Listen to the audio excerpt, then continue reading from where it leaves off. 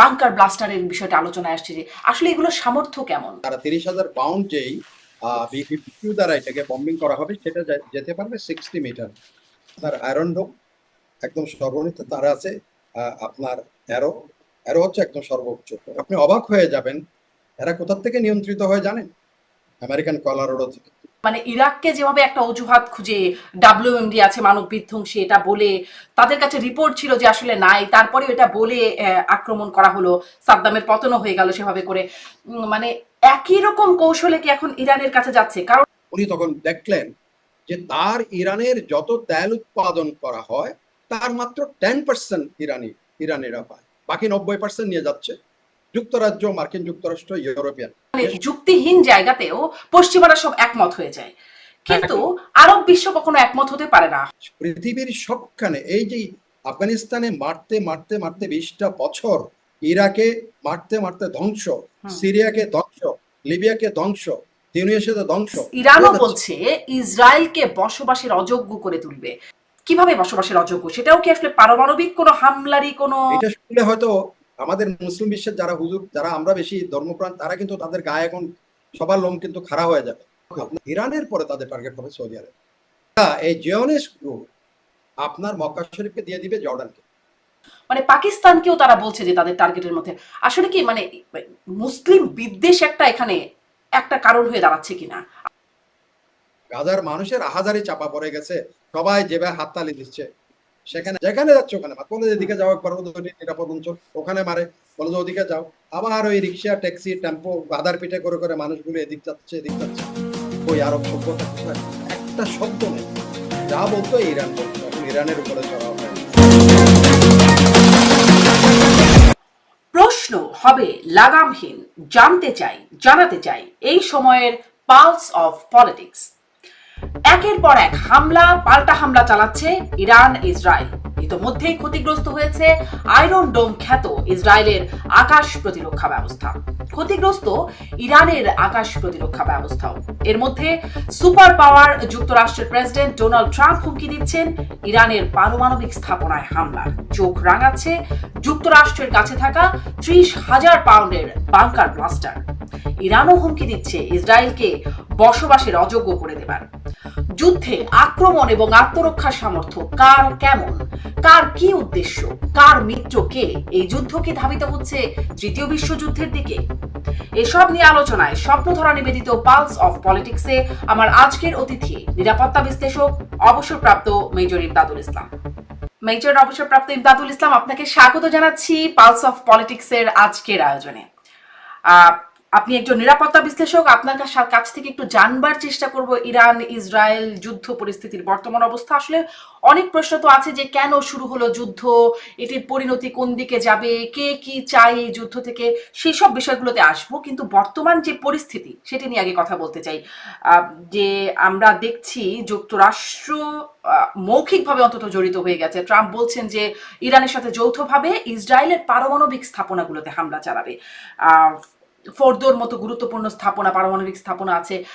আমি একটু জানতে চাই যে ইসরায়েল এবং যুক্তরাষ্ট্রের সামর্থ্য কেমন এবং আসলে এই আশঙ্কাটা কেমন। আমরা জানি আমেরিকার বাংকার ব্লাস্টারের বিষয়টা আলোচনায় আসছে যে আসলে এগুলোর সামর্থ্য কেমন। ধন্যবাদ। প্রথমত আমি আপনার প্রশ্নগুলিতে আসার আগেই আমার একটু মনোবেদনা আছে, সেটা আপনাকে কিন্তু বলে রাখি।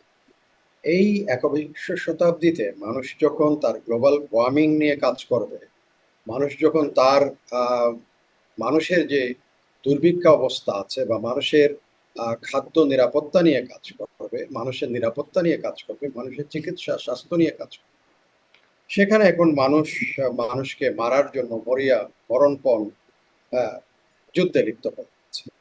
তো সেটা সেটা দুর্ভাগ্য আসলে এই মানব জাতির। ভবিষ্যৎ হয়তো প্রজন্ম মানুষদের, আমাদের প্রজন্মের বা এই সময়ের মানুষদের নিয়ে হয়তো উপহাস করবে যে রেশনাল মানুষগুলো তাদের মধ্যে তারা যুদ্ধ বিগ্রহ নিয়ে ব্যস্ত ছিল। যাই হোক, এখন যেটা যুদ্ধটা শুরু হয়েছে সেটা আসলে বহু দীর্ঘদিন থেকে শুরু হওয়ার কথা। এখানে সক্ষমতার প্রশ্ন যদি আসে, পারস্পরিক পারস্পরিক আপনি আপনার শ্রোতারা বা আমাদের যারা দর্শক আছেন তারা অনেকেই হয়তো আগ্রহী হবেন প্রথমত কার কি শক্তি নিয়ে এই যুদ্ধে এবং কে এই যুদ্ধটা, আসলে এই যুদ্ধটা বহুদিন থেকে শুরু হওয়ার কথা ছিল, কিন্তু ইসরায়েল কোনো না কোনো একটা গ্যারাকলে পরে যুদ্ধটা শুরু করতে পারছিল। আমি একটু পিছনে যাই, 2000 সালে যখন ইন্তেফাদা শুরু হলো, তারপর থেকে 2000 দ্বিতীয় ইন্তেফাদা, 2000 সালে দ্বিতীয় ইন্তেফাদা হচ্ছে। ইন্তেফাদা হচ্ছে আরবদের উত্থান। এটা যারা আমাদের দর্শক শ্রোতারা আছেন তারা, তাদের জন্য এটা হচ্ছে এক ধরনের মানুষের মধ্যে বিপ্লব, বিদ্রোহ, মানে তার চলমান অবস্থার বিরুদ্ধে প্রতিবাদ, সেটা হলো ইন্তেফাদা। তো প্রথম ইন্তেফাদা হয়েছিল 87, বাট দ্বিতীয় ইন্তেফাদা যখন 2000 সালে হয়, তারপর থেকে একটা খুবই একটা জিনিস চলছিল। প্রতি বছর একটা সম্মেলন হতো। সম্মেলনের স্থানটা হচ্ছে তেল আবিব থেকে উত্তরে আর্জেলিয়া বলে একটা জায়গা আছে, শহর, যেটা আমাদের যেমন গুলশান বা বারিদারা যেখানে ডিপ্লোম্যাটরা থাকে, এরকম একটা আর্জেলিয়া। তো সেটাতে সাবজেক্ট একদম নির্দিষ্ট, সেটা হলো ব্যালেন্স অফ ইসরায়েল সিকিউরিটি।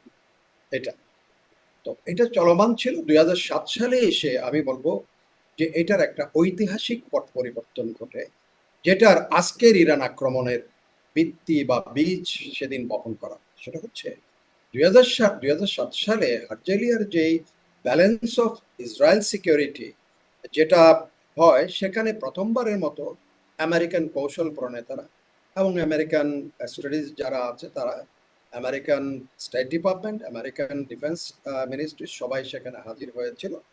সেখানে সর্বসম্মত একটা সিদ্ধান্তে তারা সেদিন আসে। সেটা হচ্ছে এযাবৎকাল যে আমাদের যে একটা অ্যাসেসমেন্ট ছিল, অ্যাপ্রিসিয়েশন ছিল, তার বলে আমরা শত্রু হিসেবে পরিগণিত ছিল আমাদের কাছে, অর্থাৎ ইসরায়েলি আমেরিকানদের কাছে আরব এবং ফিলিস্তিনিরা। তারা 2007 সালেই সেই সিদ্ধান্ত পরিবর্তন করে বলল যে আসল শত্রু কিন্তু আরব এবং ফিলিস্তিনের, আসল শত্রু হচ্ছে ইরান।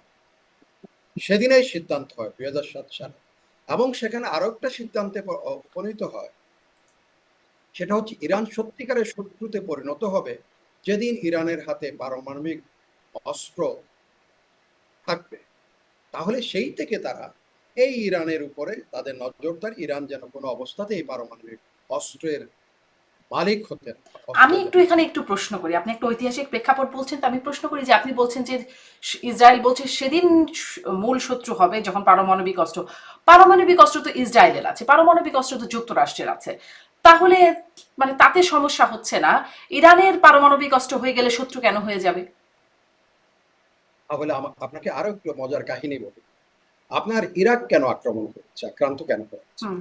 ইরাকের কথা বলা হয়েছিল যে ইরাকের কাছে এখনো পর্যন্ত কর্নেল, আপনার সে বেচারা এখনো আছে, এখনো উচ্চকণ্ঠ রিটার, উনি ছিলেন আপনার আমেরিকান, আপনার এই যে ম্যারিন কোরের একজন কর্নেল। তাকে প্রধান ওখানে অস্ত্র পরিদর্শক হিসেবে নিয়োগ দেওয়া হয়েছিল। তো রিটার সেখানে যে রিপোর্ট দিয়েছিল, সেখানে বলেছিল যে ইরাকের কাছে মানব বিধ্বংসী কোনো অস্ত্র নাই। হুম। এইটা পাওয়ার পরে আমেরিকান যারা নিউকন, এখনো কিন্তু আমেরিকাতে নিউকনরাই সবচেয়ে শক্তিশালী। আমি নিউকন একটু পরে আলোচনা করব, ডিপ স্টেট একটু পরে আসবো, তারা কিভাবে এই যুদ্ধটাকে শুরু করে দিয়েছে।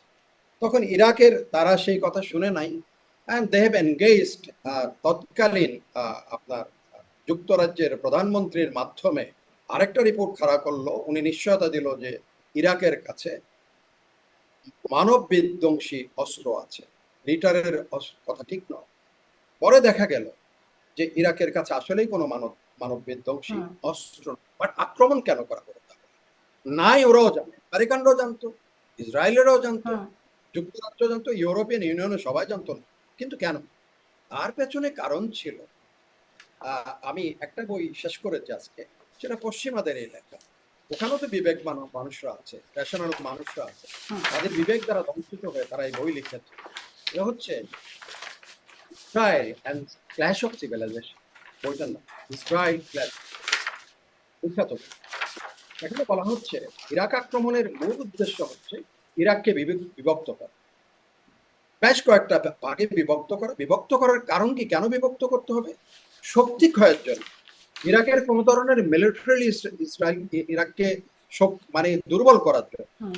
ওরা হলো এই বিভিন্ন অঞ্চলে ভাগ করে এক একটা কোম্পানিকে তেলের ইজারা দেওয়া হবে, তেল উত্তোলনের ইজারা দেওয়া হবে, and within the company they will contest among themselves কে কত বেশি করে ইরাকের তেল উত্তোলন করতে পারে। সেটা যদি হয় তাহলে তেল সবসময় সস্তা, গড় করে পাইপলাইন দিয়ে আমেরিকাতে ইউরোপে তেল যাবে, কার? ইরাকি তেল যাবে। এবং সেটা হয়েছে। ইরাককে সেজন্য একদম দুর্বল, একেবারে দুর্বল রিজিম চেঞ্জ করা হয়েছে। সাদ্দাম হোসেন সেটা করছিল না।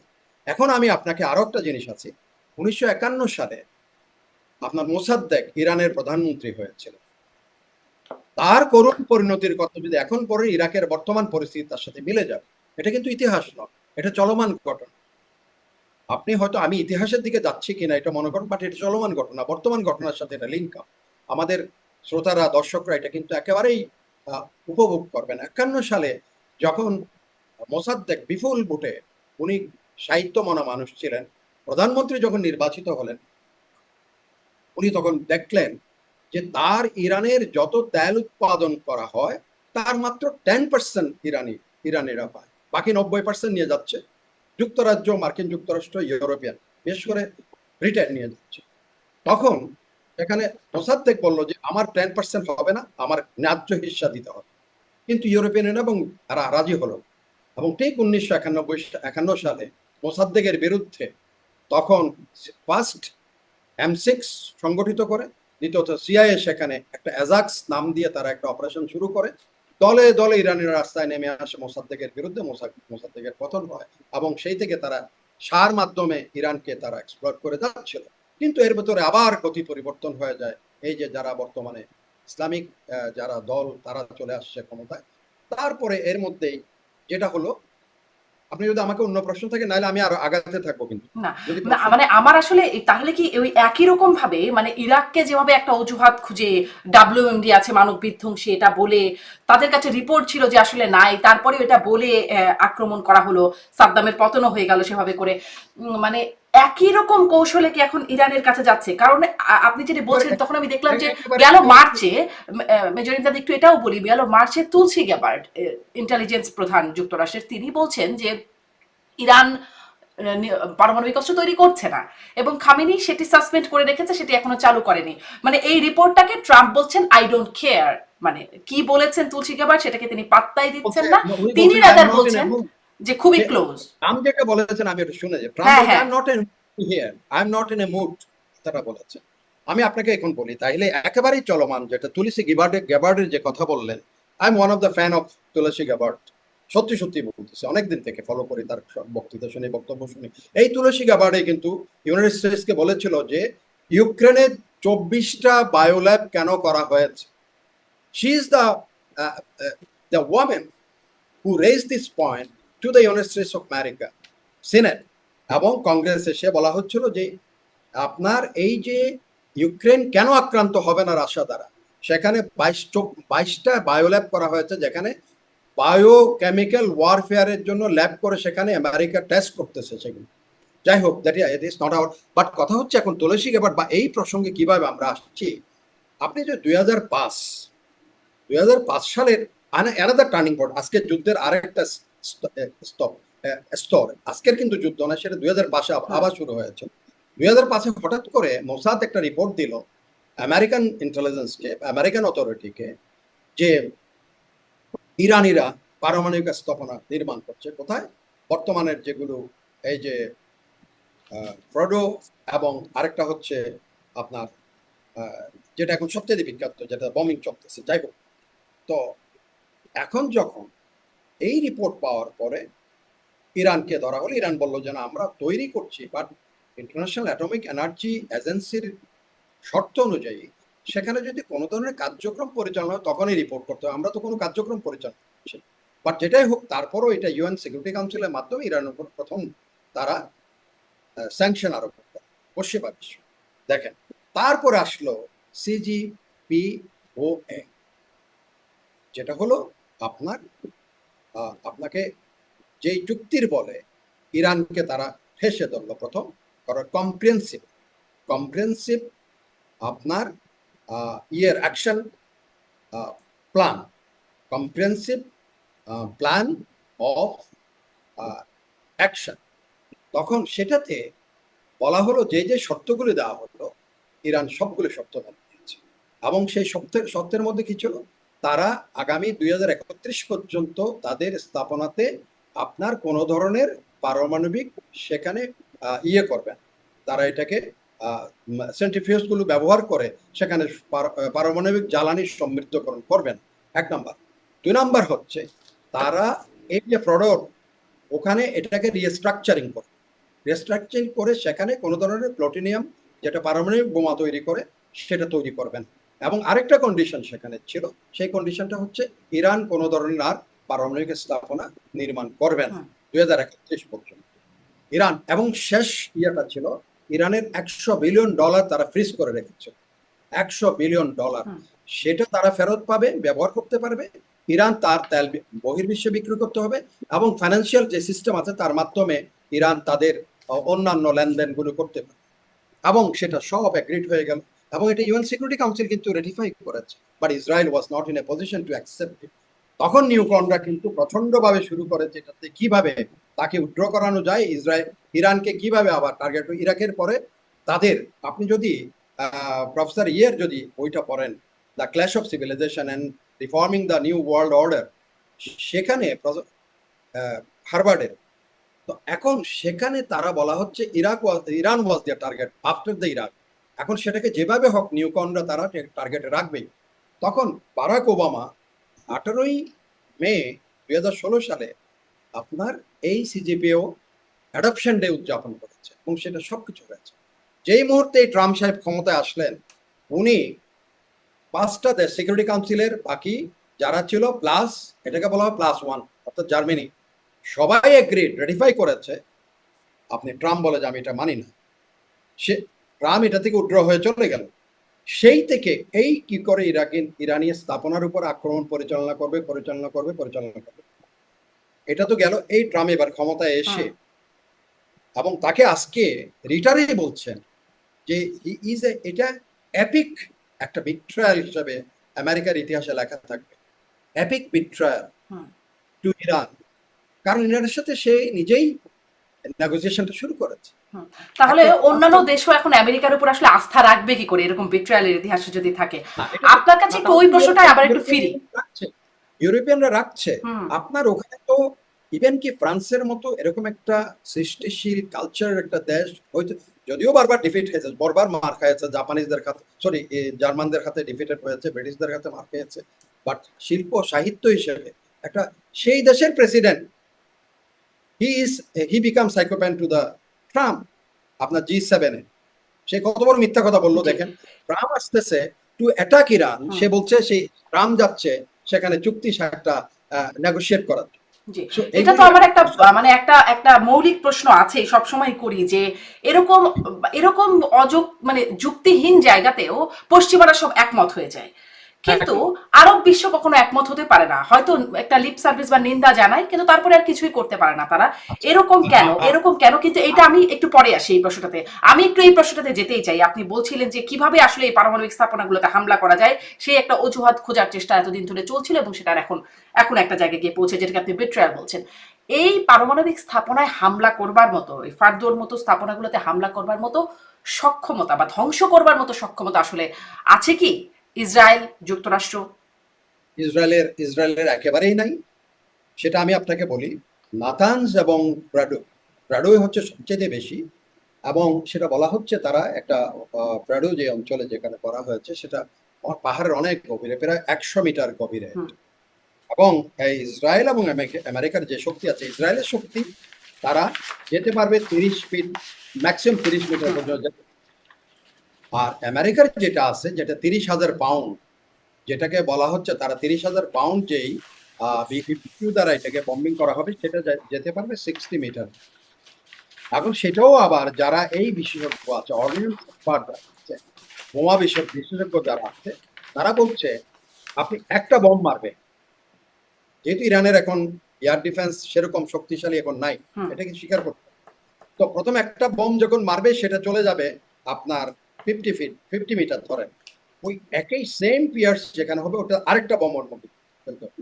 তাহলে ওটা আবার আর ধরেন 30 or 50, তাহলে ওটা যতক্ষণ পর্যন্ত 100 মিটার রিচ করতে না পারে একটার পর একটা বম ওই সেম ইয়ার মধ্যে ফেলতে হবে। এটা হচ্ছে তাদের একটা এখন পরিকল্পনা। তাও এটা যদি আমেরিকা অ্যাগ্রি করে, আমেরিকানরাই B-52 দ্বারা এটাকে বমার B-52 বমার, এটাই স্পেশালাইজ তাদের 30,000 পাউন্ড। ক্যান ইউ ইমাজিন এই পৃথিবীতে আমেরিকার মতো একটা সভ্য দেশ 30,000 পাউন্ডের বোমা বানায় রাখছে মানুষ মারা।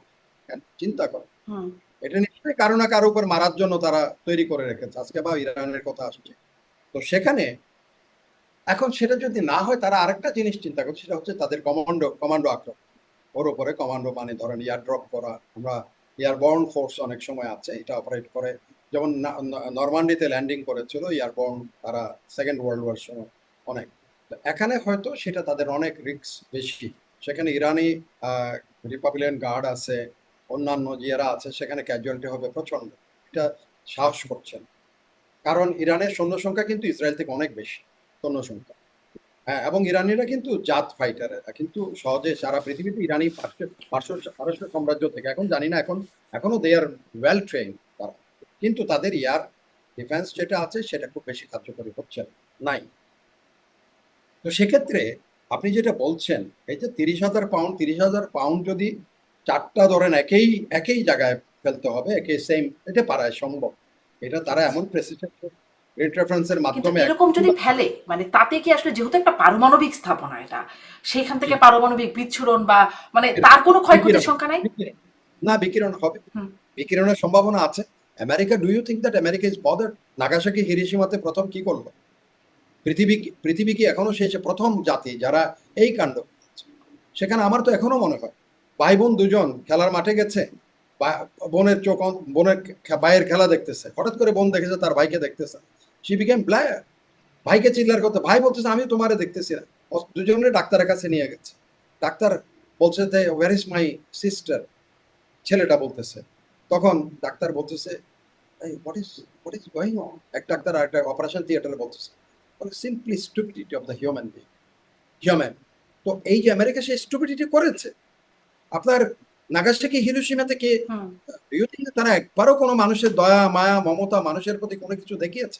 আপনি একটা জিনিস আমি বলি, যেহেতু এতে চলে আসলো, ভিয়েতনাম যুদ্ধে আমার সুযোগ হয়েছিল আমেরিকান স্টেট ডিপার্টমেন্টে যাওয়ার আগে আমি আপনার ভিয়েতনাম ওয়ার মেমোরিয়ালে গেছি, আপনার সুযোগ হলে দেখে নিয়ে, কোরিয়ান ওয়ার মেমোরিয়াল আমি গেছি, ইরাক ওয়ার মেমোরিয়াল আমি দেখেছি, একটার থেকে একটা ওখানে বেদনাদায়ক। বিশেষ করে কোরিয়ান ওয়ার মেমোরিয়ালে আপনার, সরি ভিয়েতনাম ওয়ার মেমোরিয়াল, ওইটা তো নেমে আসছে পুরো ওই উপর থেকে আসতে নেমে নেমে নেমে মার্বেলে একদম মাটিতে এসে মিশছে। ওটা যুক্তি হলো তারা শ্রদ্ধায় অবনত হয়ে আছে। তো আমি স্টেট ডিপার্টমেন্ট লোকজনকে বললাম যে এটা শ্রদ্ধায় এত অবনত হচ্ছে, এই যে 22 থেকে 30 বছরের ভিতরে এই লক্ষ লক্ষ ছেলেগুলিকে you have sent to get kill and to kill other people, আর তোমরা এখনো যুদ্ধে মানুষ পাঠাচ্ছ। তারপরে আপনার কোরিয়ার বলে একটা কলাম পুরো মুভ করতেছে বৃষ্টির ভিতরে। আপনি এখন প্রশ্ন করতে কিভাবে বৃষ্টির ভিতরে, সবার গায়ের মধ্যে রেইনকোট আছে এবং কাদা লেগে লেগে আছে, মার্বেল পাথরে এত সুন্দর করে করেছে, এবং তাদের চাহনি চোখের মধ্যে যে বিষণ্ণতা, এই মুহূর্তে তারা গুলি খাবে, এই মুহূর্তে তারা মরবে, এরকম একটা ফুটিয়ে তুলেছে যে শিল্পী ওখানে আছে, স্কাল্পচার যারা করেছে। আমেরিকা কি, do you think that they are bothered? পৃথিবীর সবখানে এই যে আফগানিস্তানে মারতে মারতে মারতে 20টা বছর, ইরাকে মারতে মারতে ধ্বংস, হুম। সিরিয়াকে ধ্বংস, লিবিয়াকে ধ্বংস, তিউনিসিয়াতে ধ্বংস, আরব মানে বসন্তের নাম মানে মানে ধ্বংস। সামারি হচ্ছে এরকম যে আসলে আমেরিকা বদার করে না, আমেরিকা এরকম কাজ করতে পারে সেই আশঙ্কাও রয়ে যাচ্ছে। ইরানও রয়ে যাচ্ছে। বলছে ইসরায়েলকে বসবাসের অযোগ্য করে তুলবে। এটি ইরানের সেনাবাহিনীর পক্ষ থেকে এরকম বক্তব্য দিচ্ছিলাম। যদি মানে কিভাবে বসবাসের অযোগ্য, সেটাও কি আসলে পারমাণবিক কোনো হামলারই কোনো হুমকি? না, তাদের সাহাব যেই এখন ব্যালিস্টিক মিসাইল গুলো ছুটছে, এখানে একটা জিনিস আজকে আমি দেখলাম ভেরি অথেন্টিক। এখন তো বেশি ধরেন প্রপাগান্ডা চলছে ওয়েবসাইট থেকে, but I saw in very authentic shows. আপনি যখন হাইফা পোর্ট কিন্তু একেবারে ধ্বংসস্তূপে পরিণত হয়েছে। তারপর হাইফার পাওয়ার স্টেশন নট জেনারেশন বন্ধ হয়ে গেছে, হাইফার যে আপনার তেল শোধনাগার আছে ওটা বন্ধ হয়ে গেছে। এটার কিভাবে প্রমাণ হচ্ছে, আপনি হাইফা নিয়ে তাদের ন্যাশনাল গ্রিডে যেসব ইলেকট্রিসিটি, অলরেডি ইসরায়েলের অনেকটা অংশ তাদের এখন অন্ধকারাচ্ছন্ন হয়ে গেছে, কারণ তারা এই পুরাপুরি এখন সবগুলো ইয়েকে গ্যাসোলিন তাদের ওটার উপরে বম হয়ে যাচ্ছে। এয়ারপোর্টের উপরে গরিয়ন তাদের যে গরিয়নের নামে যে এয়ারপোর্ট, ওটাতে তারা মোটামুটি এটা হিট করেছে। তো এই যে ব্যালিস্টিক তারা শাহাব ওয়ান যে এই ধরনের ধ্বংসযজ্ঞ চালাচ্ছে, and they have more lethal আপনার ব্যালিস্টিক ওয়েপন তাদের কাছে আছে, এবং সেটার সংখ্যা অজস্র। আর কামিকাজি যেই ড্রোনগুলো যেগুলো আছে, যেগুলো বিশ্বের যে কোনো স্ট্যান্ডার্ডে তারা তারা কিন্তু দেখেন। এখন প্রশ্ন আসছে আরেকটা জিনিস, ডাইমেনশন এখানে চেঞ্জ হতে যাচ্ছে। সেটা হচ্ছে আজকে ইরান বলছে যদি আমেরিকা এই ধরনের কোনো আমরা উইল হিট আমেরিকান, যেই এখানে যেমন ধরেন কাতারে সবচেয়ে বড় এয়ারবেস হুম। আমেরিকান, তারপরে ধরেন আপনার ওমানে তাদের নেভেল বেস, তারা বলছে যে আমরা আমেরিকান যতগুলি ইনস্টলেশন আছে ইম্পর্টেন্ট আমরা উইল হিট, এবং এটা ইরান ক্যান ডু ইট। আপাতত যেদিন যতদিন যুদ্ধ চলে এই যুদ্ধের ভিতরে কিন্তু তারা এটা করতে পারে। হয়তো এটার জন্য এখন ট্রাম্প সাহেব আজকে আবার চিন্তা করতে, এবং সেখানে আপনার স্যান্ডার্সন হুম। ওই যে সেনেটর, সে তো একটা বিল আনছে আজকে, not allow the American president to join in the war against Iran. এটা একটা বিল এনেছে সিনেটে। হয়তো সেটা যে তারা একটা মুভ ফেস সেভিং হবে, হয়তো বলবে যে আমরা আক্রমণে করছি। বাট ইসরায়েল যত কিছু করছে, তার অস্ত্র, তার অর্থ, তার কৌশল, তার intelligence, everything is backed by United States of America. ইসরায়েলের এত শক্তি, ইসরায়েলের এত কিছু নেই। আচ্ছা, সমস্ত তাহলে এই তখন আসলে এই বেসিক কোয়েশ্চেনটা জাগে, যুদ্ধ কি ইসরায়েল করছে নাকি ইসরায়েলকে দিয়ে আমেরিকা করাচ্ছে? আপনি আমাদের আগে গ্রাম দেশে একটাই ছিল লাঠিয়াল, জমিদারের লাঠিয়াল ছিল। এখানে আমেরিকা হচ্ছে জমিদার, ইসরায়েল হচ্ছে লাঠিয়াল। লাঠিয়ালকে যেভাবে হুকুম করতো জমিদাররা, সেভাবে গিয়ে প্রজার মাথায় বাড়ি মারা, মানুষ ধরে আনা, কাউকে ফাঁসিতে ঝুলাই দেওয়া, এই সব কাজগুলি লাঠিয়ালরা আমাদের গ্রাম দেশে তো জমিদাররা হুকুম। ঠিক এক্স্যাক্টলি এই একবিংশ শতাব্দীতে আমেরিকা হচ্ছে জমিদার, আর এই ইসরায়েল হচ্ছে সেখানে লাঠিয়াল। অথবা আরেকবার বলতে পারেন তাদের একটা হচ্ছে ইরানের যেমন অনেকগুলো আপনার প্রক্সি আছে, Israel is the proxy of United States of America. Straight আপনি একদম ইংরেজি ভাষাতে, যেটা যুদ্ধের ভাষা বা যেটা বর্তমান জিও স্ট্র্যাটেজির ভাষা, সেটা হচ্ছে Israel is not a sovereign state, is a proxy of United States of America. Simple. যেমন ইরানের অনেক প্রক্সি আছে, আপনি হয়তো আমাকে জিজ্ঞেস করে তাদের প্রক্সিগুলির খণ্ডকীর্তি, তাদের কি কি প্রক্সি, কোথায় আপনার হিজবুল্লাহর কি অবস্থা এখন, তারপরে হামাসের কি অবস্থা, হুতিদের কি অবস্থা, তারপর ধরেন ইরাকের যারা আছে, যারা বিদ্রোহী গোষ্ঠী, শিয়া বিদ্রোহী গোষ্ঠী, তাদের অবস্থা, আবার সিরিয়ার যে রিজিম চেঞ্জ হয়ে পুরো ইরানের বিরুদ্ধে চলে গেছে, সেই সমস্ত দিক থেকে ইরানে একটা কোণঠাসা অবস্থায় পড়ে গেছে, এবং ঠিক মক্ষম সময়টা বেছে নিয়েছে ইসরায়েল টু হিট ইরান। জি, মোক্ষম সময় বলছেন, মানে সেটাও একটা প্রশ্ন, কেন মোক্ষম সময়? একে তো আমরা দেখছি গাজায় হামলা চলছে, একই সাথে গাজা যুদ্ধ চলছে, আবার এদিকে ইরানের সাথে যুদ্ধ শুরু করলো। মানে এটি কি একসাথে দুটো যুদ্ধ চালিয়ে যাবার সক্ষমতা, সমর্থন সব ইসরায়েল পাবে? না না, এখানে একটা জিনিস আছে, এটা একদম আপনি ওয়ার মেশিন হচ্ছে এখানে তিনটা ভাগ আছে। একটা হচ্ছে আপনার ল্যান্ড ফোর্স, আপনার গাজাতে ল্যান্ড ফোর্স, এখানে তারা কিন্তু এয়ার অ্যাসেট কম ইয়ে করাচ্ছে, এনগেজ করাচ্ছে। আর ইরানে যে যুদ্ধটা হচ্ছে সেটা হচ্ছে এয়ার ওয়ারফেয়ার। ইসরায়েল তাদের এয়ার অ্যাসেটটাকেই ব্যবহার করছে পুরা, তাদের F-35 আছে, বা অন্যান্য আমেরিকান, সবচেয়ে আমেরিকান ভার্সনের এই মোস্ট মডার্ন এয়ারক্রাফটগুলো তাদের আছে, তারা সেগুলোই ব্যবহার করছে ইরানের। আর আরেকটা জিনিস হচ্ছে সেটা হচ্ছে যে আপনার মিসাইল তারাও ব্যবহার করছে। আর গাজাতে যেটা হচ্ছে সেটা হচ্ছে ল্যান্ড ফোর্স, পুরোপুরি সামরিক বাহিনী, স্থলবাহিনী সেখানে। তো ইসরায়েল ওগুলো ক্যালকুলেট করাচ্ছে। তো আপনি বলছেন কেন, আমি বলছি যেমন তারা হাসান নাসরুল্লাহর হত্যাকাণ্ডের পরে হিজবুল্লাহ অনেকটা ওখানে হসপস অবস্থায় পড়ে গেছে, এবং তাদের দ্বিতীয় সারির নেতাদের অনেকে হত্যা করা হয়েছে সেখানে। একইভাবে আপনার ইসমাইল হানিয়াকে যখন হত্যা করা হয়, আপনার হামাস তখন সেখানে একটা আবার হসপস অবস্থা, নেতৃত্ব শূন্যতার কাছাকাছি চলে আসছে। একইভাবে ইরাকে যেটা করাচ্ছে আমেরিকানরা, ইরাকি যারা বিদ্রোহী ছিল তাদেরকে ইরাকি সেনাবাহিনীতে যোগদান করার জন্য অফার দিয়েছে। তারা ওখানে ওই যে এখন ইরানের দিকে দেখে না থেকে তারা সেনাবাহিনীতে যোগ দেওয়া শুরু করছে তাদের। আর সিরিয়াতে যেটা তাদের জন্য লাইফলাইন ছিল, সিরিয়া পুরাপুরি রিজিম চেঞ্জ হয়ে সেখানে আসাদের পতনের পরে পুরা এটা ইরানের এগেনস্টে চলে গেছে। এখন আপনি বলবেন তাইলে ইরান কি একেবারেই অসহায়? না, ইরান অনেকটা পুষিয়ে নিয়েছে এখানে। কিভাবে? সেটা হচ্ছে ইরান তার আর্মামেন্ট যেগুলো আছে, এই যে ব্যালিস্টিক মিসাইল শাহাব 1 বলতেছি, 2 বলছে, হয়তো কালকে দেখবেন না আরেকটা অন্য টাইপেরও তারা লঞ্চ করছে। সেখানে তারা তাদের আপনার ড্রোন কামিকাজি যেটা কয়েক হাজার তাদের কাছে আছে, আপনার ব্যালিস্টিক মিসাইল গুলো তাদের কাছে, তাদের আর্মামেন্ট, এটাই হলো তাদের আমেরিকান এবং ইসরায়েলের সবচেয়ে বড় মাথা ব্যথা। এগুলো তারা কন্টিনিউয়াসলি মারতেই থাকে। আরেকটা জিনিস যেটা খুব শুধু, সেটা হচ্ছে এখন চিন্তায় আছে, এটা আমেরিকান চিন্তাবিদরা বা দুষ্ট চিন্তা যারা করছে, নিউ কনজারভেটিভ তারা বা ডিপ স্টেট, সবচেয়ে বেশি হয়ে গেছে ডিপ স্টেট, তারা পৃথিবীর 70টার মতো সরকারকে ওলট পালট করিয়েছে এই ডিপ স্টেট। এবং তারা এখন এখন আমি, আপনি একটা প্রশ্ন হয়তো আমাকে করবেন, এই যে ইরানের যারা বন্ধু আছে চীন রাশিয়া, এদের ভূমিকাটা নিয়ে আপনি হয়তো আমাকে আসবেন, বাট আমি এখানে সৌদি আরবের কি অবস্থা হবে এটাও কিন্তু আমি একটা অ্যানালাইসিস আপনাকে দিব। এটা শুনলে হয়তো আমাদের মুসলিম বিশ্বের যারা হুজুর, যারা আমরা বেশি ধর্মপ্রাণ, তারা কিন্তু তাদের গায়ে এখন সবার লোম কিন্তু খাড়া হয়ে যাবে। আপনার শ্রোতা, আমাদের যারা শ্রোতা আছে, আপনার শ্রোতা, আমার তো না, আপনার শ্রোতারা কিন্তু কালকে থেকেই চিন্তা করে আপনাকে ফোন করতে থাকবে যে মেজর ইমদাদ এই কথা বললো, এটা কি সত্য নাকি। এই কথা আমি আপনাকে বলবো, আপনি এখন অন্য প্রশ্ন থেকে না বলেন, আপনার এই কথাটাই আগে শুনে নিই, এটা এটা খুবই। এখন ইরানের পরে হুম, তারা থেমে থাকবেন।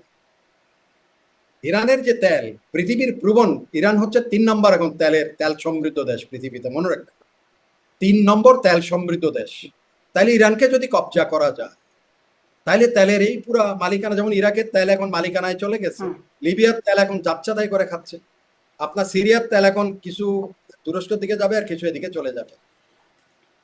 এখন ইরান থেকে আপনার ডেইলি 2 মিলিয়ন ব্যারেল তেল যায় চায়নাতে। এখন দেখার বিষয় হবে how China is going two react. Already Chinese shipping একটা বিবৃতি দিয়েছে হুম, স্টপ কারণ তেল তার মেইন অর্থনৈতিক যে চাকা। এখানেও কিন্তু আমেরিকানদের একটা শ্যানো দৃষ্টি আছে যে চায়নার সাথে ট্রেড ওয়ারে পারতেছে না, না পেরে তার যে র ম্যাটেরিয়াল যে সোর্স গুলো আছে সেখানে আঘাত হানা, এটাও তাদের কিন্তু একটা ইজ এ পলিসি, তাদের American policy to disrupt the supply. হুম। যার জন্য এক সময় আপনার চায়না আপনার ইয়ের থেকে চলে গেছে, মালাক্কা থেকে সরে আসতে হয়েছে, কারণ America created lot of hurdle for them. তারা এখন চলে গেছে চক্রিয়তে, আমাদের পাশে চলে আসছে, এখন আমরাও বড় বিপদে আছি এগুলো। এখন ধরেন, তাইলে China is going to be, এখন এখানে স্টেক হোল্ডার হতে যেতেই হবে, বাধ্য হবে ইরানের তেলের উপরে। এখন কি করে এখন চায়না এটা দেখ। আর গত এই 2025 সালে রাশিয়ার সাথে একটা সামরিক চুক্তি কিন্তু স্বাক্ষরিত হয়েছে ইরানের সাথে। সেখানে এটা কিন্তু 2জন প্রেসিডেন্ট সাইন করেছে, পুতিন এবং আমেরিকান, সরি, ইরানি প্রেসিডেন্ট। এবং সেখানে সেটার দ্বারা এখন ইরানের সাথে রাশিয়ার কিন্তু বিপুল বিস্তৃত আপনার ইন্টারন্যাশনাল বাউন্ডারি, আন্তর্জাতিক সীমা আছে। এখানে কিন্তু তারা কি কি লেনদেন হবে এটাও কিন্তু দেখার বিষয় আসতেছে, কারণ ইরান অনেকগুলো কামিকাজি ড্রোন হুম। রাশিয়াকে সাপ্লাই দিয়েছে, শয়ে শয়ে সাপ্লাই দিয়েছে আপনার যুদ্ধে, এই যে ইউক্রেন যুদ্ধ। এখন আপনি সৌদি আরবের আমি যেটা একটা প্রশ্ন এখন, একটু মাঝখান থেকে করে আমি রাখি আপনার কাছে, সৌদি একটু আরবের, এই প্রশ্নটা একটু করে রাখি। সৌদি আরব আর হুজুরদের প্রসঙ্গটা আপনি বলবেন বলছিলেন, ওটা আমি অবশ্যই খুবই আচ্ছা, আগ্রহ সহকারে শুনতে চাই। কিন্তু হ্যাঁ, তাহলে মানে যেই বিশ্লেষণটা এখানে এসে থামলো, একটা তৃতীয় বিশ্বযুদ্ধের একটা শঙ্কা কি এখান থেকে তৈরি হয়? কারণ যদি এদিকে ইসরায়েল আমেরিকা এরা যদি একটা শক্তি বা পশ্চিমারা মিলে একটা শক্তি হয়, ওদিকে ইরান রাশিয়া চায়না তাদের স্বার্থ সংশ্লিষ্ট বিষয়গুলো যদি একটা জোট বা একটা শক্তি হয়ে দাঁড়ায়, এভাবেই তো আসলে দ্বিতীয় বিশ্বযুদ্ধ বা প্রথম বিশ্বযুদ্ধের ঘটনাগুলো তো এরকমই ছিল, একটা মিল পাওয়া যায়। আমি আপনাকে বলি, কালকে যদি পুতিন একটা স্টেটমেন্ট, হ্যাঁ। একটা স্টেটমেন্ট যে ইফ ইউ হিট, আজকে যেমন একটা স্টেটমেন্ট দিয়েছে যে ইরানের শান্তিপূর্ণ পারমাণবিক কর্মসূচি চালানোর অধিকার রয়েছে, পুতিন দিয়েছে। কালকে যদি পুতিন আরেকটা স্টেটমেন্ট দেয়, don't step one step towards Natanz or freedom, যুদ্ধ থেমে যাবে, ঠান্ডা হয়ে যাবে। কারণ আপনি হোয়াইট হাউসের মধ্যে আপনি যদি দেখে থাকেন, ট্রাম্প এই যে জেলেনস্কিকে কাজের লোকরাও এরকম ব্যবহার করে না, হুম, the way he was treated আমরা দেখেছি। হুম, আচ্ছা, এখন আসি ইরানের পরে, কারণ ইরানকে এখানে হিউজ, রাশিয়ার সাথে ইরানের কিন্তু বিশাল লেনদেন। এবং এখানে আরেকটা জিনিস আছে, সেটা হচ্ছে ইউনাইটেড স্টেটস চাচ্ছে না যে ইরানের প্রভাব বিস্তৃত হোক সেন্ট্রাল এশিয়াতে। সেখানে অনেকগুলো কিন্তু সেন্ট্রাল এশিয়া, ওটা আমি আরো বিস্তৃত আলোচনার সুযোগ পেলে বলা যেত। সেন্ট্রাল এশিয়াতে সেখানে তুর্কিস্তান, তুর্কিস্তান, চাচনিয়া, কাজাখস্তান, তাজিকিস্তান, উজবেকিস্তান এই সমস্ত দেশের উপরে ইরানের একটা প্রভাব বলয় কিন্তু বিস্তৃত হচ্ছে, যেটা anti American, American interest. America চাচ্ছে আগের যে সোভিয়েত ইউনিয়ন দলছুট যে স্টেটগুলো আছে, যেমন ইউক্রেনকে নেওয়া, আপনার ইয়েকে নেওয়া, ওই যে তাজিকিস্তানে গিয়ে, উজবেকিস্তানে গিয়ে, এসব জায়গায় জায়গায় তারা যেসব করতে চাচ্ছিল, এটার একটা প্রভাব কিন্তু ইরান নেতিবাচক, তাদের জন্য একটা নেতিবাচক প্রভাব বয়ে আনছে। সেটাও একটা কারণ ইরানের উপরে এই সেনাদেশটা। এবং ইরান যদি পারমাণবিক অস্ত্র পাওয়া যায়, পেয়ে যায়, বা জানি না, তারা তো করবে না বলছে, তারপরে যদি পেয়ে যায়, তাহলে কিন্তু এদের এই সমস্ত তাদের এই জিও ইন্টারেস্ট গুলো হ্যাম্পার হবে, এটা তাদের হিসাবে আছে। এখন আসেন ইরানের পর, এটা কিন্তু আমার মুখে, I got this in their book, আমি অবাক হয়ে, ইরানের পরে তাদের টার্গেট হবে সৌদি আরব, কোনটা ইরানের পর টার্গেট? Saudi Arabia. আচ্ছা।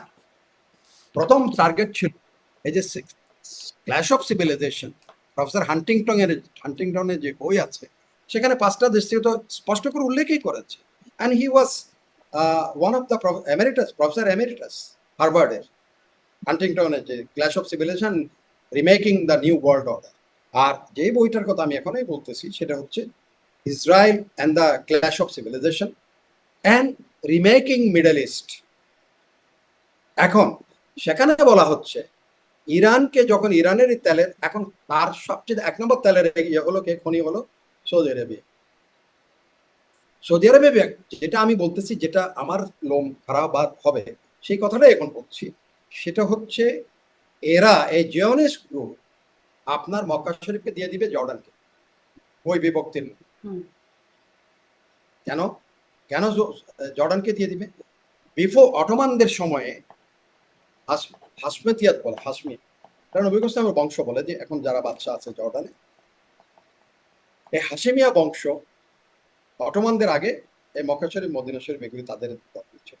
এই যে জর্দানি বাদশা, জর্দান যত রাজ পরিবার আছে, এটা অটোমানরা দখল করার পরে ব্রিটিশরা যখন এই সৌদ, যার নামে সৌদি আরবিয়া হয়েছে, ওটা আরবের কিন্তু ওই নাম কোনো সৌদি নাম না, কিন্তু এটা নাম একটা ব্যক্তির নামে সৌদি আরবিয়া হয়ে গেছে, সৌদের নামে।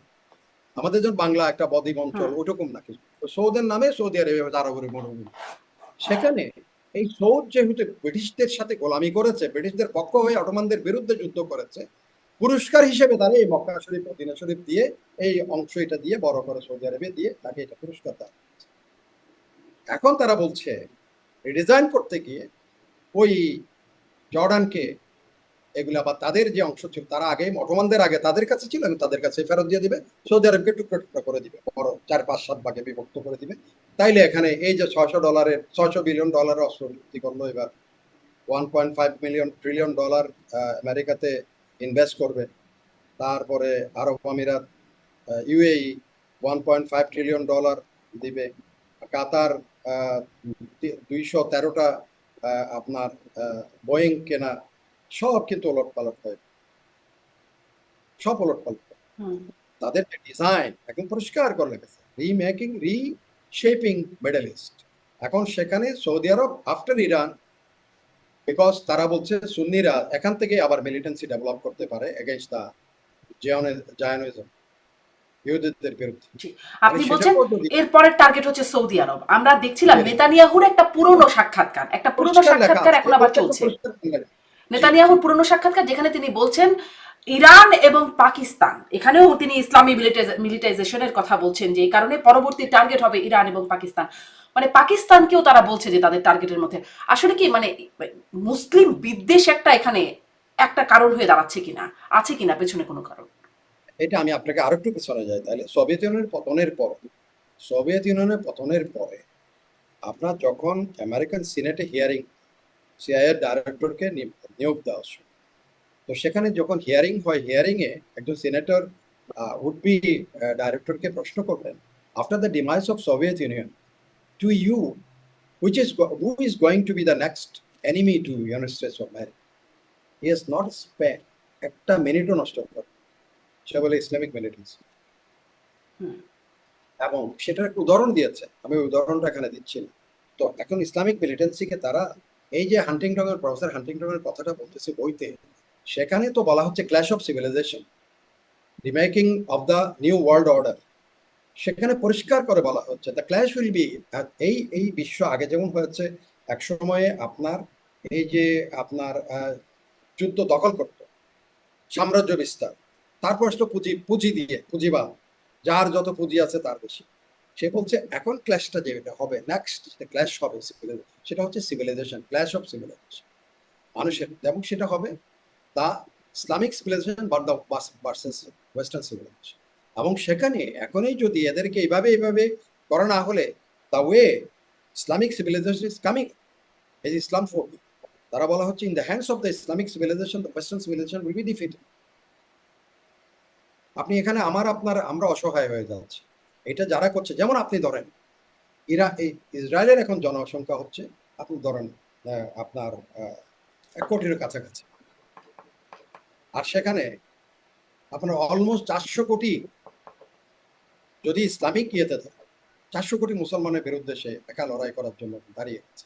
So it is the United States of America, it's not Israel, এটা মনে রাখতে হবে। আপনি দেখেন আমেরিকার ভয়ে তো চুপ হয়ে আছে, এবং সৌদি আরবে একটা কথা বলতেছেন, নাহলে খাদ্য সহায়তা নেওয়ার জন্য, মানব সভ্যতার জন্য কি লজ্জা, ক্ষুধার্ত বাচ্চারা দাঁড়িয়েছে লাইনে, 70টা বাচ্চাকে গুলি করে 70।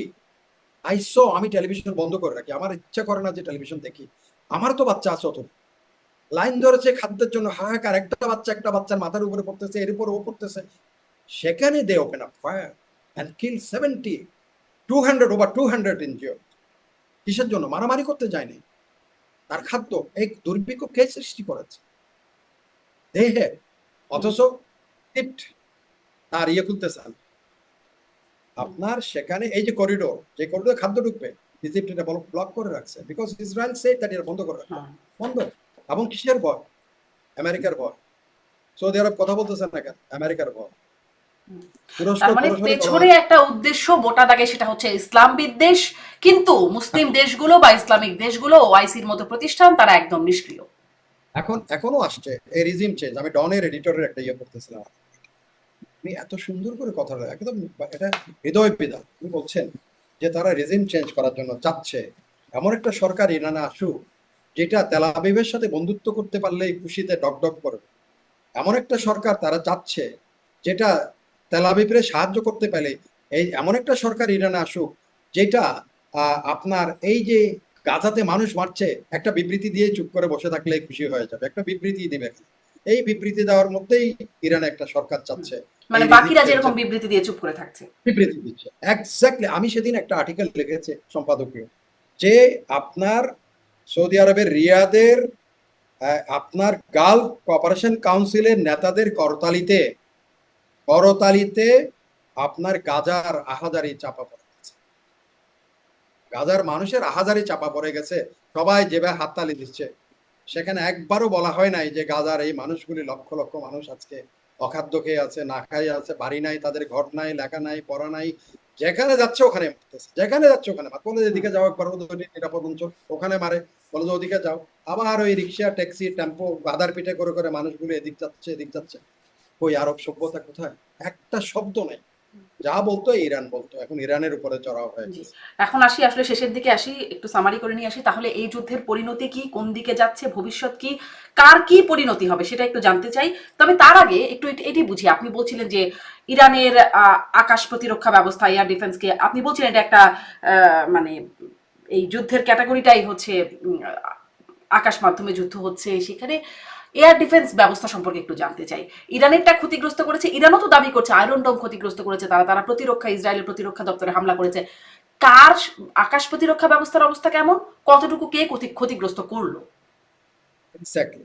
এটা একটা অত্যন্ত গুরুত্বপূর্ণ প্রশ্ন। আমার মনে হয় শ্রোতারা এটাই বেশি করে পছন্দ করবেন। সেখানে আয়রন ডোম বলতে বলতে আমরা পৃথিবীতে একদম, মানে আমেরিকানরা বলে আয়রন ডোম, এটা নিশ্চিত, এটাকে কেউ ব্যাট করতে পারবে না। এটা হচ্ছে একেবারেই আমাদের ওই যে কি বলে বেহুলা লক্ষিন্দরের সেই ঘর আর কি, যেখানে কোনো সাপ প্রবেশ করতে পারবে না।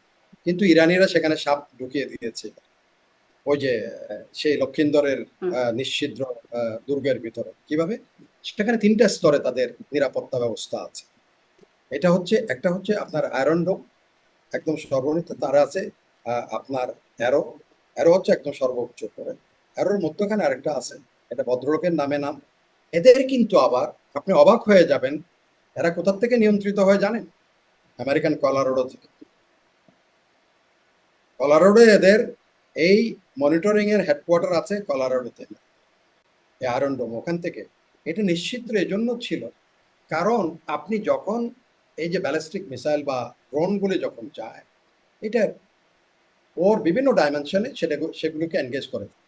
প্রথম করে অত্যন্ত দূরবর্তীগুলো প্রথম করে কি আপনার ওই অ্যারো 1 অ্যারো 2 এরা করে, এরা যখন না পেরে ওদেরকে ভেদ করে যখন ভিতরে ঢুকে তখন অ্যাক্টিভেট হয়ে যায়।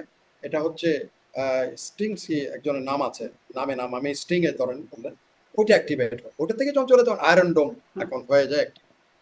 এখন অ্যাক্টিভেট হওয়ার পরে তারপরে এখানে একটার পর একটা ঢুকে যাচ্ছে। এটাই হচ্ছে এখন আমেরিকান আর এদের গুম হারাম হয়ে গেছে ইসরায়েলের, যেটা আপনি কখনো নিশ্চিদ্র, যেটা সেটাকে ছিদ্র হয়ে যাচ্ছে কিনা, সেটা হচ্ছে কি এটা ইজ এ, আমি বলবো যে unique innovation of Irani strategies বা ইরানি মিলিটারি যারা কমান্ডে যারা আছে বা যারা এখানে কৌশল প্রণেতা আছে, সেটা হচ্ছে তার একই সাথে বিভিন্ন রেঞ্জে। আগে তো ধরেন ওরা প্রথমবার যেভাবে হয়েছিল গতবার, যেটা ইসরায়েল একবার আক্রমণ করলো ইরান, তারপর কাউন্টার অ্যাটাক করলো আপনার সিরিয়াতে দামেস্কে যখন এদের মারলো। এটা যাই হোক, এখানে করে কি এরা যখন যায়, এরা একই সাথে ধরেন 100 150 বা আপনার 50 60, এত স্পিড, এগুলি শব্দের থেকে 6 গুণ বেশি স্পিডের। বর্তমানে যেটা এই শাহেদ যেটা, এটা হচ্ছে 6 time more than the speed, more than 6 time of sound. শব্দের থেকে 6 গুণ বেশি স্পিড এটা যায়, এবং এটা ডেভিয়েট করে, এটা তার পথ পরিবর্তন। তো যার জন্য এখন ধরেন ডোমকে আপনার তারা টার্গেট কোনটাকে নিউট্রালাইজ করবে সেটা সিলেক্ট করতে হবে। ওই সিলেক্ট করতে গিয়ে ধরেন একটাকে সিলেক্ট করতে আরেকটা ঢুকে পড়তেছে, ওদিকে একটা সিলেক্ট করতে গিয়ে এটাকে, আর which one is going to be neutralise. একই সাথে ধরেন আপনার হাতে 4 জন 5 জন চলে আসে, আপনি এটার মারবেন এটার মারবেন ওটার মারতে গিয়ে 2 4টার ভিতরে এভাবে এভাবে ঢুকতে এখন মোটামুটি তারা এটা একেবারেই একটা হস্তনস্ত অবস্থায় গেছে। যদিও আজকে তারা একটা থ্রেড দিয়েছে, যদি আমি একটু আগেই আপনার ওই যে আমানপুরের একটা ইন্টারভিউ, কঠিন অনেকটা আপনার মতো কঠিন কঠিন প্রশ্ন করে আমানপুর দেখলাম। আমানপুরে এখন Iranian state minister foreign affairs এর সাথে একটা ইন্টারভিউ হচ্ছিল, এত কঠিন প্রশ্ন করেছে। বলে যে ট্রাম্প তো বলেছে তোমাদেরকে সারেন্ডার করার জন্য। সে খুব হাসলো, সে বলে যে হয়তো ট্রাম্প ইরানিদের চেনে না, ইরানিরা কত যুক্তে কত হাজার বছর ধরে কিভাবে যুদ্ধ করে আসবে। সো সে বলতে পারে সেটা, বাট আমাদের এখনো পর্যন্ত লাস্ট ইয়েগুলো থেকে এখনো বাকি আছে, মানে ওই যে পিকচার আবি তো বাকি হয় এরকম টাইপ। হ্যাঁ বলছে, এখন দেখা যাক, আমরা কালকে সকালেও আবার পিকচার দেখবো হয়তো, তারপরও দেখবো। এর ভিতরে যদি আমেরিকা ওই ট্রাম্প সাহেবের তো আমার এক প্রশ্নকর্তা বলতেছিলেন যে ওলট পালট প্রেসিডেন্ট, তো ওলট পালট প্রেসিডেন্ট কালকে সকালবেলা যদি আবার ওলট হয়ে যায়, আবার পালট হয়ে যায়, তার তুলসী গ্যাবার্ডকে সেই বানাইলো তার ইন্টেলিজেন্স। এখন বলা তুলসী গ্যাবার্ডের I am not in a mood to hear, তার ইন্টেলিজেন্স চিফের ব্রিফিং সে শুনতেছে। এখন আজকে কথা উঠছে যে তুমি তো এতদিন বলে আসছো ইরান, সরি ইসরায়েল বলতেছে তারা only 1 month away from making the bomb. তার তোমার ইন্টেলিজেন্স বলতেছে না, তারা দে আর ফার অ্যাওয়ে, তারা they are not in having an intent to have the bomb. তো এটা কেমন করে হচ্ছে, সে কোনো কথা বলে না। এরকম ওলট পালট প্রেসিডেন্ট এখন আমেরিকানদের কপালে পড়ছে। রিটারের মতো বলে যে I feel shame that I am the citizen of this country where the president is there. এই টাইপের। কিন্তু ওলটপালট প্রেসিডেন্ট থাকলেও তাকে সমর্থন করছে একদম পুরো পশ্চিমা বিশ্ব সমর্থন করছে, সবাই একমত হয়েও যাচ্ছে, সেটা নিয়ে আমরা কথা বলছিলাম। যাও আসলে G7 এর কথা আপনি বলছেন, G7 এ বলা হয়েছে যে Iran should not have the nuclear bomb. এটা তাদের থেকে যার যার ভয় আছে এখানে। তারা everyone they were dominated some or other times by the Iranian, এটা তারা তাদের মনে আছে, হয়তো এগুলির তাদের মন থেকে ভয় পাচ্ছে। জি, কে কি কৌশলে যায় আপনি বলছিলেন যে সকালে হতে হতেই কি হয়েছে তার কোনো ঠিক ঠিকানা নেই, অতএব পূর্বাভাস নাই বা করলাম। পরবর্তীতে নিশ্চয়ই আবার কথা হবে, কোন দিকে যায় সেই পরিস্থিতি বিশ্লেষণ করে নিশ্চয়ই আপনার সাথে আবার কথা বলার সুযোগ হবে। অনেক ধন্যবাদ যুক্ত হবার জন্য। দর্শক অনেক ধন্যবাদ এতক্ষণ সাথে থাকবার জন্য। আজকের মতো বিদায় নিই।